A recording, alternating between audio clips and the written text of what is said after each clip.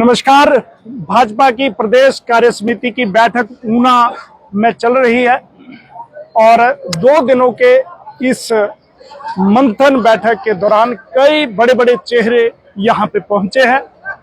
कई प्रकार की जो रणनीति विचार विमर्श यहां पे बाहरी तौर पर भी और अंदरूनी भी हो रहा है।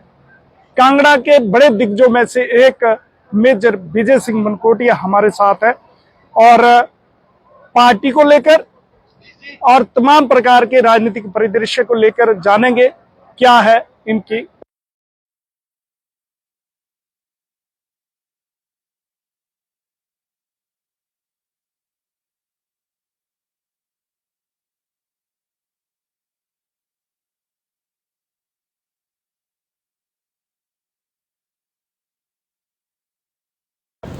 मीटिंग है जहां पे आप आए हैं। जी, वैसे तो एक पहली हो चुकी थी शिमला में जी। शायद वो चुनाव के पहले किया था पर बहुत कम समय दिया शिमला पहुंचने के लिए। तो पहली जो कार्यकारिणी की बैठक थी राज्य की, उसमें मैं हाजिर नहीं हो सका था। इसके लिए तो सूचित इन्होंने उचित समय पे कर दिया था, तो पहुंच गए हम ऊना। क्या लगता है कि भाजपा और कांग्रेस में क्या डिफरेंस मानते हैं? दूसरी पार्टियों का बनाम दीजिए। हाँ जी, ये आपने एक अच्छा प्रश्न पूछा, क्योंकि मैंने इन पार्टियों को मैंने बड़े नज़दीकी से मैंने देखा है। कांग्रेस का देखिए, हम एक इतिहास कांग्रेस का रहा है। जहाँ तक हमारी आज़ादी का संघर्ष किया इस देश में गांधी जी ने, नेहरू जी ने, तो बहुत योगदान रहा। उनकी बदौलत ही हम समझते हैं कि अंग्रेज़ों की हुकूमत को हम निकाल पाए। तो एक परिवार कांग्रेस के साथ उस वक्त जुड़े हुए थे।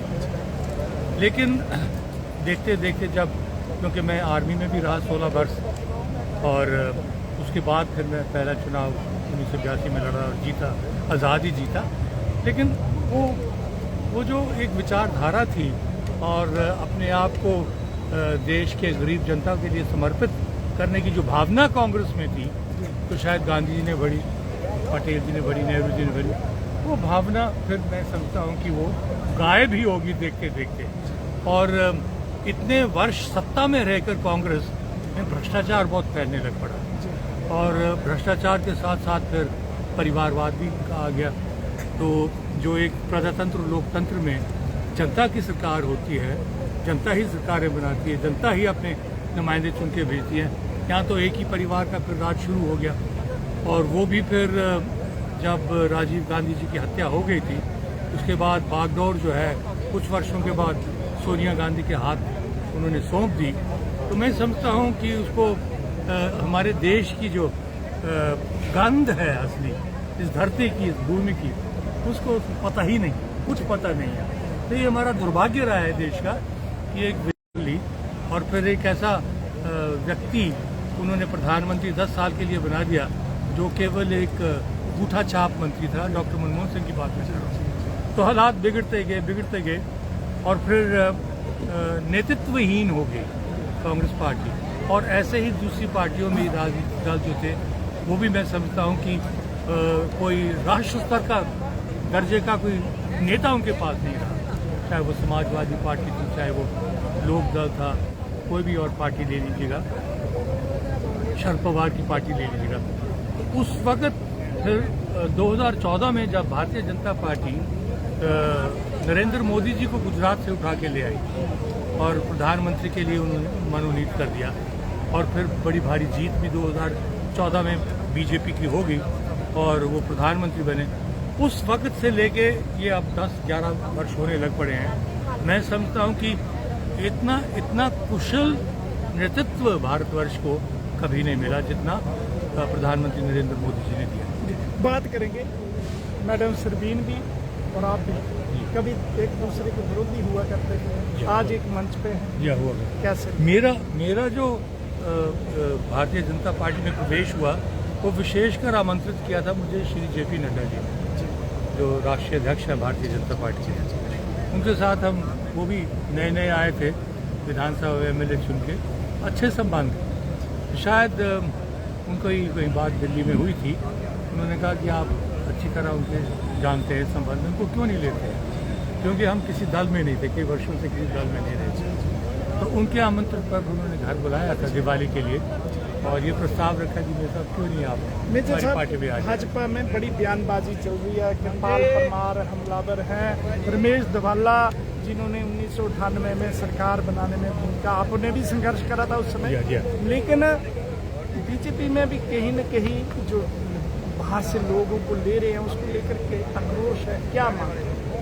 ये एक आपने जो बात कही, मैं समझता हूँ कि ये एक रोग है, ये बीमारी है कि जो पार्टी सत्ता में आ जाती है ना, उसको ये महामारी चिमड़ जाती है, क्योंकि फिर देखते हैं कि अच्छे अच्छे ओहदे उनको मिल जाएं, पद मिल जाएं, और एक ये जो हमारे चरित्र में ही, मैं समझता हूँ हमारे देशवासियों के चरित्र में ही है कि हम सबसे पहले हम पूंजीपति बनना चाहते हैं। हम कहते हैं कि जितनी जल्दी हम लखपति, अब तो करोड़पति की बात बन जाएं, और ये उनके लिए एक प्लेटफॉर्म बन गया है, मंच बन गया है कि अगर सबसे जल्दी अगर आप अमीर बन सकते हैं तो राजनीति में आइएगा, और राजनीति में आके फिर आप मालूमाल हो जाएंगे। तो ये जो कुरीतियां हैं, ये मैं समझता हूँ कोई भी पार्टी जो सत्ता में आ जाती है इससे अलग रह ही नहीं सकती है। इसमें चंद एक लोग ऐसे आ ही जाते हैं। आप मानते हैं कि भाजपा भी इस दोष का शिकार हो रही है? देखिए, अगर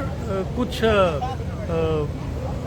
भाजपा में अभी कुछ अगर सफलता का मार्ग जो उनको मिल रहा था उसमें थोड़ा आघात हुआ है, थोड़ा धक्का लगा है, उसका मूल कारण ये है, मैं समझता हूँ कि इधर से उधर, उधर से इधर आने के बाद फिर जो लोग जो केडर के होते हैं, पार्टी के केडर के होते हैं, जिन्होंने समझो अपना बचपन से लेके आगे तक अपना जीवन पार्टी के लिए ही लगा दिया, तो कोई दूसरा आके टपक जाए फिर और उनका स्थान ले ले, बड़ी बात यह कि उनका स्थान ले ले, तो फिर उनको मैं समझता हूँ कि आघात धक्का तो पहुँचता ही है। वो कहते हैं कि हमारी अपने आप को हमने इतना समर्पित किया पार्टी के लिए, खून पसीना बहाया, आज हमारी कदर नहीं हुई, और जो किसी वक्त हमारा आलोचक था और विरोधी था, आज वो हमारी जगह में आगे यानी मूल काडर को बचाना चाहिए।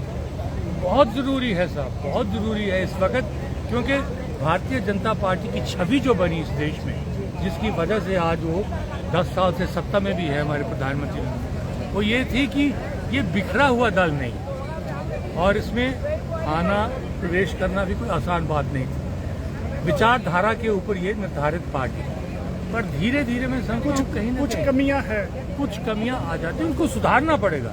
और मैं समझता हूँ कि आज की ये जो आज का सम्मेलन हो रहा है, इसमें उन बातों के ऊपर चर्चा करके सुधार की कोई ना कोई क्या अंदर ये बात हुई है? मेरे ख्याल अनौपचारिक तार के ऊपर तो हो ही रही है ना, जो प्रस्ताव पार्टी शांता जी ने नसीहत दी है कि भाजपा चिंतन करे। लास्ट सवाल, देखिए, मैं आपसे बड़ी स्पष्ट बात कहता हूँ कि भाजपा की शोहरत, मशहूरी जो हुई देश में और विदेश में भी, वो ये कि ये और राजनीतिक दलों से अलग है।